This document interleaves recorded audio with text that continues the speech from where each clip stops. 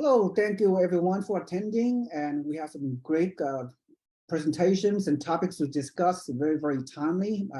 My name is Seewing from the Year Real Estate Network, and my special co-host is Miss Maureen McCann from Spartan Invest. Welcome, Maureen. Thank you for Hi, Seewing. Hi, listeners. So happy to be here. Yep, pleasure talking to you again. We have some great, timely, breaking news as always. So we're here to educate, inform, and transpire and motivate real estate investors to create wealth for themselves and their families for generations to come. Am I right, Maureen?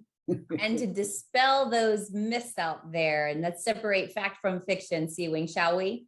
Oh, absolutely. Can't wait. We take this challenge because we have so much value add to provide. And without further ado, let's get it started. I always begin with this high level message, and it's ingrained into my brain and it's ingrained into Maureen's brain as well. And hopefully it'll ingrain condition into your brain out there, all your real estate investors out there, experienced or newbies otherwise.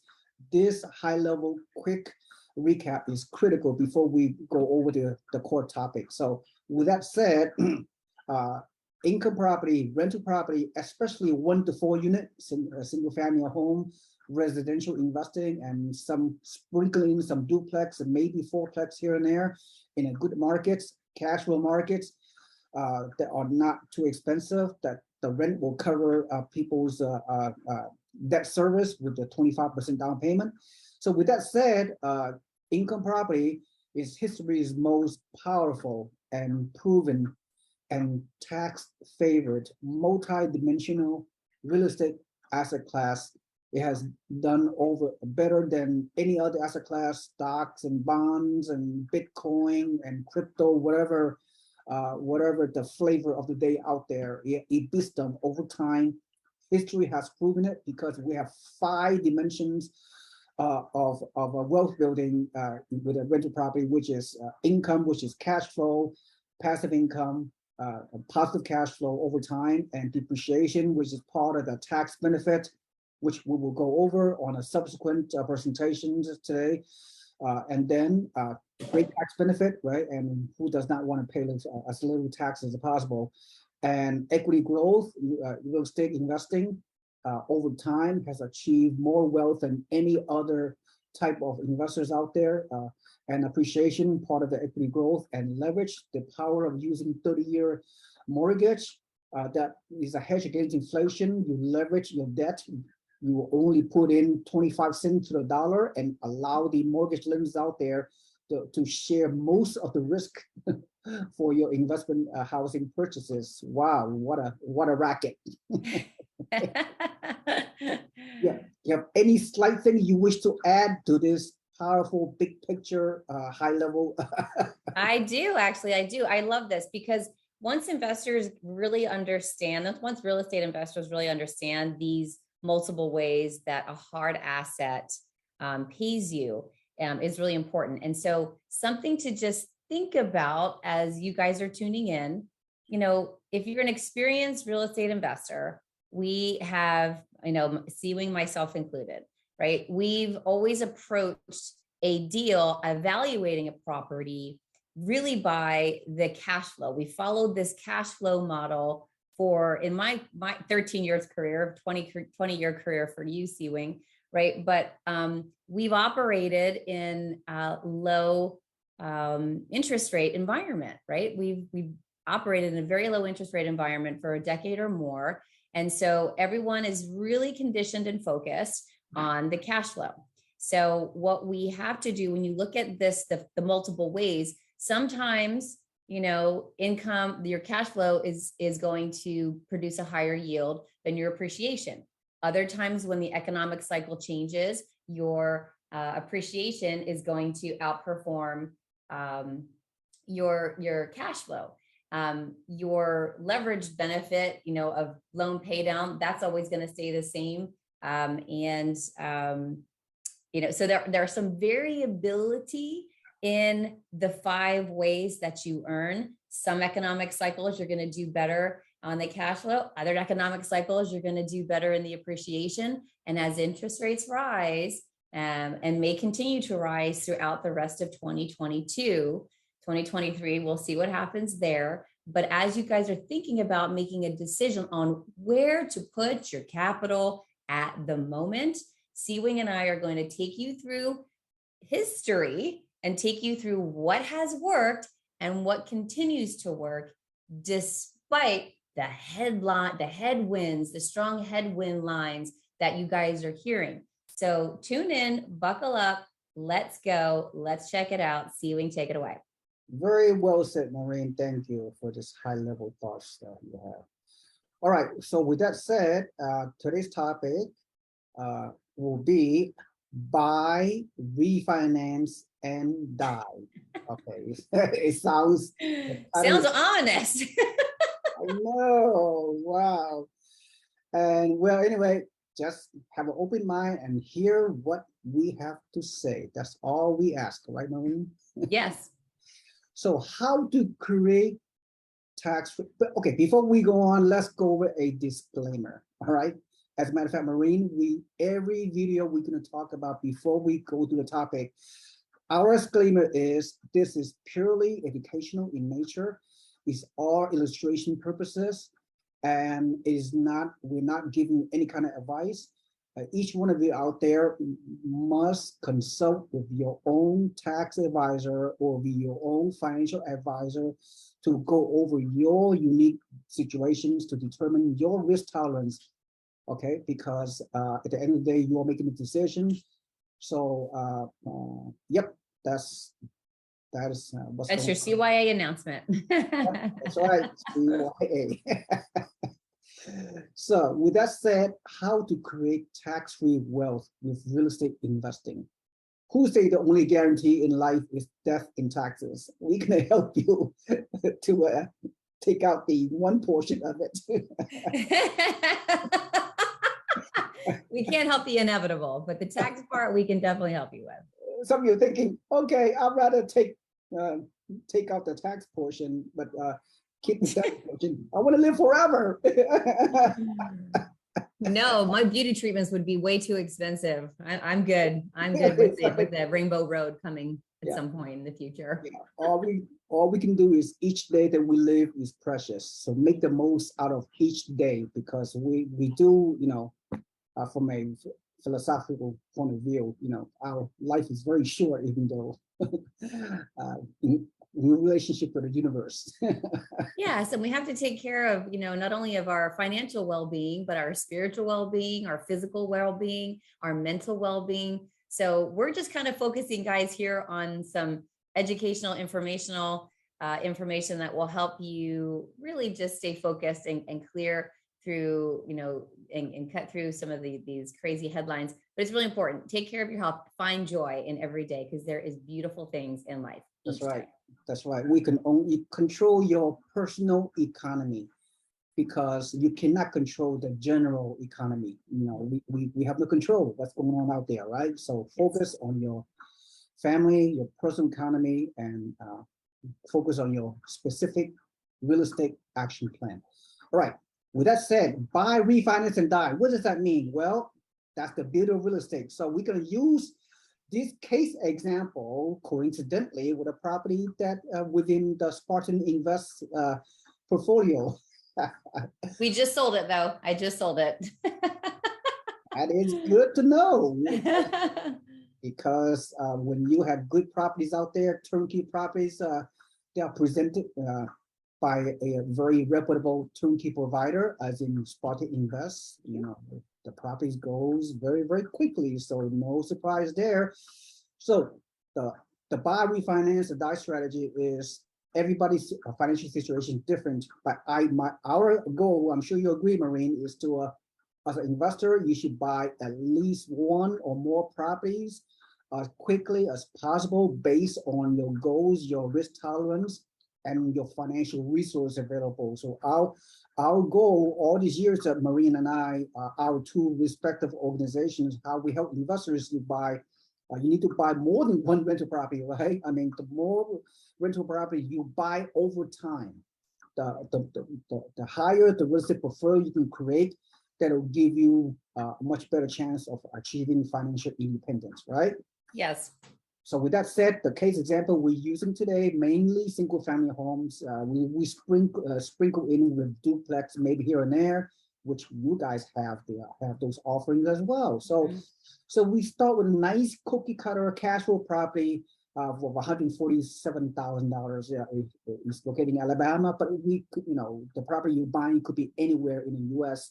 in the Midwest area or South and Southeast area. That is our recommendation to buy, because if you buy any other properties in any other section of the U.S. with the rising prices, very high prices in other markets, you cannot do this kind of thing. You cannot cash flow. Am I right, Maureen?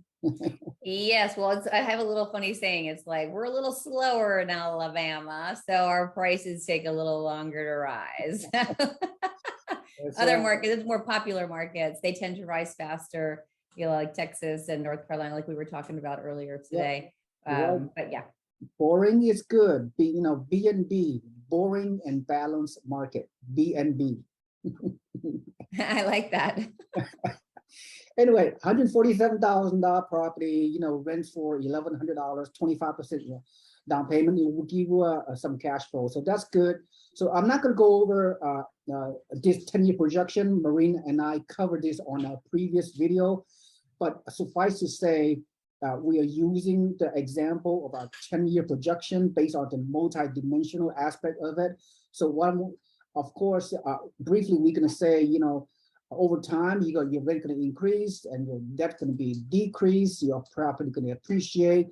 Your renter going to pay down your amortized debt, et cetera, et cetera, et cetera. But I want to focus on the core of today's presentation is in that if you look at the year over year, the case example is 5-year projected annual appreciation rate. We're using this example. So with that in mind, this 147K property at 5% appreciation, right? The more your market value of each of your rental house increases year over year, and then the loan balance decreases, right? That will give you systematic higher amount of equity.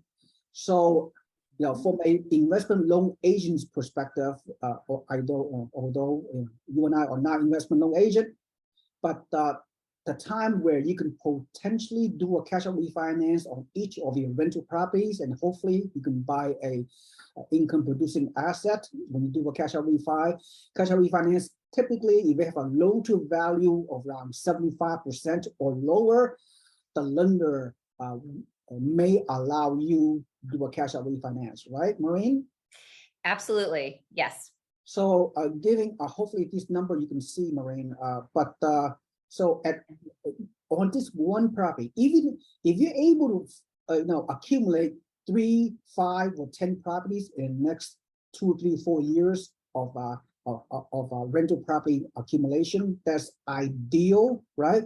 So having said that, we're just using one property example. So tell me, Maureen, at what year, given under the loan analysis situation, under market value minus loan balance equals the loan to value ratio and the potential cash out refinance amount, you tell me, Maureen, at what point in time where this one property, one can do a cash out refinance, which is a tax-free event, by the way, because when you refinance against your equity, there are no tax implications. There are no capital gains.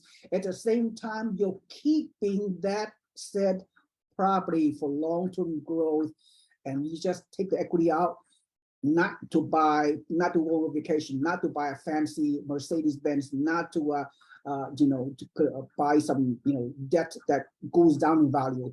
As long as you cash out refinance for good reason, you're leveraging your equity growth, you're buying more rental property from your cash out refinance strategy. So with that said, so pick it up, Maureen. At what year would one be able to cash out refinance, giving this example, and what kind of property can you cash out refinance, and what are the implications of the cash flow, debt service, and all those things? Share that with the audience, Maureen. So it looks like to me, just looking at your loan analysis here, you've got, okay, you're looking at the equity piece. Okay, so sorry, I was looking at the wrong one. I guess your potential cash out refi between year 4 and 5, it looks like. Yeah. Right there. Okay, good. So between 4 and 5, I know 4 or 5 years from now is potentially very different. We don't have a crystal ball. We don't know the future could be like. What can one do with between $20,000 to $30,000 equity cash out refinance, and how it can affect the current property in terms of the rent versus the increased debt, and how do you play those? How do you manage the current property in terms of cash flow, and what kind of property can you buy with this $20,000 to $30,000 of cash out refinance? Yeah, you make a good point. I had a couple of thoughts here. So the first one is I was on my phone doing math. I wasn't ignoring you. So look at this. So you look at the loan analysis year 6. That's your potential cash out refi of $37,129. And I just did some quick math, and I looked at what a 25% down payment on this property would be, and it comes out to $36,750, which means you would have your down payment out at year 6 if you wanted it, right? Right. But, and then are you using in this analysis, Seewing, are you using 3%, so annual year over year equity or capital appreciation? Is that 3%? Are you 5%. 5%. Okay. So let's look at, so I'm going to do another little math. If you guys are familiar, I know Seewing and I have talked about the rate of return, right? And rate of return is really important when you're looking at where you're going to put your capital, especially right now. Like, where is your rate of return coming? And your rate of return, if you want to build wealth, you guys understand that you have to, your money, your capital, whichever vehicle you place it in, it must produce a yield higher than inflation. It must, absolutely must, right? So here in year 1, let's say if this property that was 147,000, it appreciated 5%. You've got equity growth of, is that 45,000 for year 1 under sales analysis? Year 1 is at 45,454. And then in year 6, this property at 5% appreciation will grow to from 147 to 196K, as you can see right here, right? Okay. Yeah. And that's a difference of, let's see, because I want to calculate that rate of return for our viewers, because it's important. I want you guys to understand the math, because if you understand the math, then that builds confidence. And we want you to be confident. We want you to be comfortable. We want you to understand this so that when you're getting pulled in the crypto direction, the gold direction, the silver direction, the stock market, the bond direction, right? You can kind of go, what makes sense to me mathematically, right? So so in year 6, right? So the purchase price, original purchase price was, let's see, 994 minus 147. Okay, that's 49,000. So basically all I did, guys, is I took the year 6 market value of 196,994. I subtracted out the original purchase price of 147,000. That is a appreciation. So this is your equity growth of 49,994. Yay. Okay. But we got to take it one step further. And here's the step we're going to take. So that's called profit, right? That is equity that you can draw from that hard asset that has been appreciating in value, outpacing inflation. And, you've got some rent increases in there along the way. But what I'm going to do is show you what your rate of return is, which the simple formula, profit divided by equity. Your profit is $49,994. And I'm going to divide that by the equity, which was your down payment of $36,750. And that comes out to a return of, let's see, 136%. So when you're looking at how do you in times like this, in this economic cycle, and you've got this precious mound of cash that you don't want to keep in cash, you want to transfer it into a hard asset that is going to increase in value, increase in rent, and then you can use or draw from that in year 3, year 5, year 6, where you can do a cash out refi, take out the money, and then go buy another hard asset that produces cash flow. So there's a lot of numbers on here, and I've seen these kind of presentations before, and sometimes I'm just like, I can't follow it as quickly as the instructor is going over it or the speaker is going over it. But if you just take that one little piece and you look at how do I break down rate of return for me and my family and make a decision at this time in the market, you have to know that rate of return formula is profit divided by equity. And then you take that formula and you apply it to the cash flow the property produces, the equity growth or capital appreciation you get in the market, the depreciation benefit that you get on our tax schedule every single year. Those are just a few to mention. So I really wanted to highlight that because that is a key point.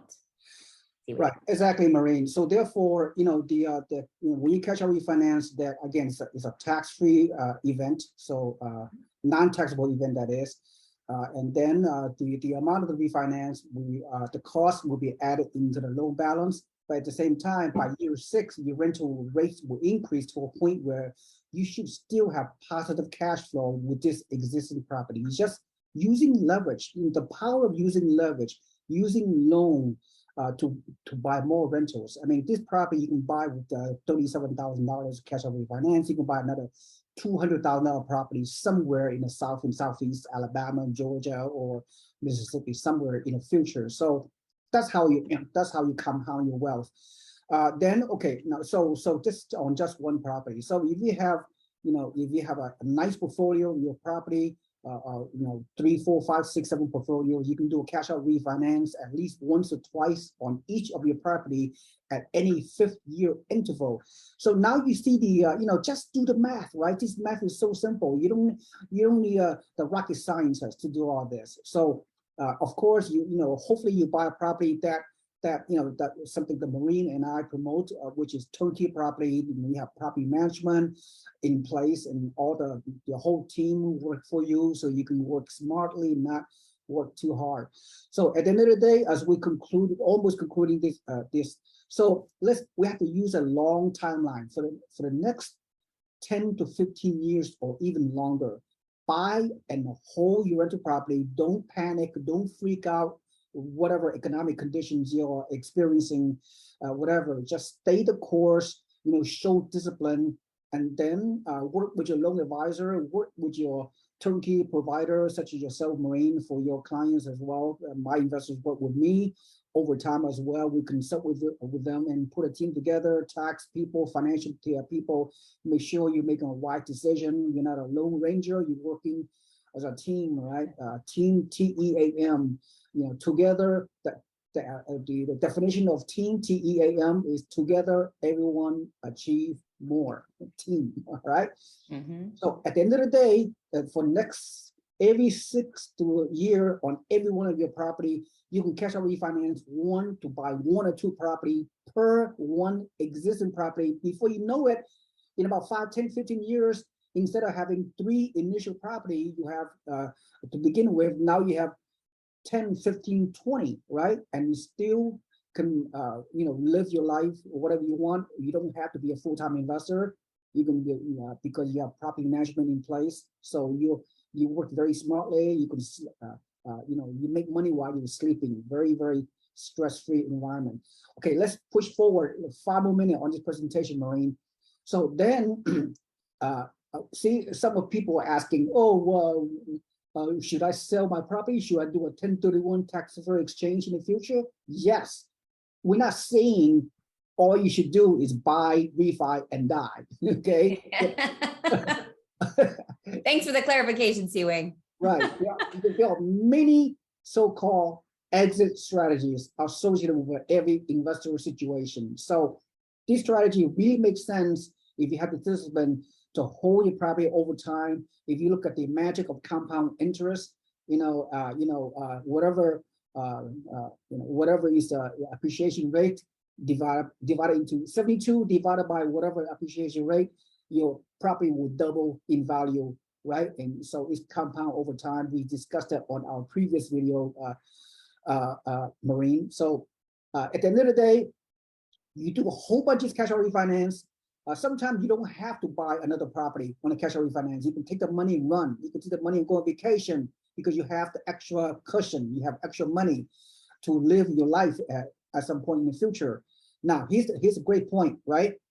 I know you can do 1031 exchange. Some people will do that. I know some people still want to sell their rental property and not doing any more properties. So they have to pay capital gains tax or whatever, 15%, whatever the rate is in the future. We don't know. But all those are good strategies. However, if you, for example, you hold this property until you die, you're able to cash out refinance 10, 15, 20 times, right? And buy a whole bunch more property, and the property you leverage in the future, those property, hopefully over time you get cash flow, you get appreciation, all that. Now let's fast forward. Let's fast forward until someone died, whatever, age 80, age 100, even age 110. Imagine you have this portfolio. Imagine all your property grow tax deferral. I mean, not tax deferral. The equity grow, the appreciation growth of your real estate properties are not taxable until you trigger some sort of a exit event, such as selling the property, do a 1031 or whatever. But if you continue cash out refinance and as a tax-free event, then upon death, right? I know, again, we're not estate planning attorney, nothing like that. When you die, the property you purchased today at 147K, 30 years later, let's say the property increased to 500,000, okay? Maureen, think about it, or maybe $1 million. One property you bought today for 147, in about 30 years when someone died at a very, very old age, hopefully, right? At age 100, and the property increased to 1 million. At the date of death, the value of each property get a step up in value, step up in basis. All the intermittent equity you gain there's no taxes. So you bought a property for 147 at the year of death is a step up in value, and market value at the time of death, which is $1 million. You pay no taxes meanwhile, or the whole time able to cash out refinance, enjoy your money. And right? And yes. And your beneficiaries, whoever they are, your children, grandchildren, whatever, will hopefully inherit the property as long as you do a living trust, whatever, right? Go to probate. But the only taxes you may pay if you meet, which very few of us, the estate taxes. The estate taxes on at the time of death is $15 million. If you have more than $15 million of net worth at the time of death, then you may trigger estate tax. Most of us does not have $15 million on the estate tax threshold. So our beneficiaries will inherit this property without paying taxes when they get to inherit your properties. And then tax-free, they inherit the money tax-free. So hopefully your real estate portfolio in a generational kind of way transferred to the next generation, and hopefully the next generation will live out their life, keep the properties forever, and they transfer to their generation, your grandchildren, great children. So that is the purpose of buy, cash out, refinance, and die and not pay taxes on your massive portfolio that you gain. So what are your thoughts with finishing? I love it. I mean, this is when you know this, it just makes, when you understand what you just said, this makes a whole lot of sense on where to put your capital. And a lot of the questions I get sometimes from interfacing with investors is, especially if they just kind of heard of this idea and they're like, well, how do I get the capital? How do I get more capital to put a portfolio? Because they're just thinking of their first one. And you just eloquently explained how houses are like they're I want to say crowdfunding, but properties that you own, they raise capital for you. They really do, right? And they do it through the equity growth and the capital appreciation in the market. But you're not going to get that benefit if you don't place your capital in a hard asset that over time appreciates in value, reduces your tax liability, where you have control over the rent, right? All of these things are factual. This is not fiction. This is factual. And so what Seewing and I here are trying to show you is very simply through investing in a hard asset today makes a lot of sense for you guys in 5 or 6 years, right? You can cash out refinance in some markets sooner. I mean, I had a neighbor of mine sold a property, and the property was over $1 million than what I had paid for mine. So instantly, this is what I get. So just by holding the property, even your primary, a lot of you guys can relate to this because in your own primary residence, we've all experienced some significant equity growth in our homes. And so imagine if you had 4 rental properties, 5 rental properties, 10 rental properties, that happens across the entire portfolio. Some maybe more so than others, just depending on the market that you're in. But your capital will not, your 20% down payment or 25% down payment will not benefit from the equity growth if it is not in an asset, a cash flowing producing asset like real estate. Very good. Very well said. A very good recap. As always, Maureen, thank you so much. And hopefully our listeners out there, we get a lot of value. You guys get a lot of value from this. You know, the kind of information that Maureen and I provide, I do not see this kind of a topic being discussed often enough. So we truly believe that we are value add real estate advisors out there. Am I right, Maureen? 100% Seewing. Thank you so much. This is Seewing Yi from the Real Estate Network and Maureen McCann from Spartan Invest. Thank you for listening. Have a nice day. Bye-bye.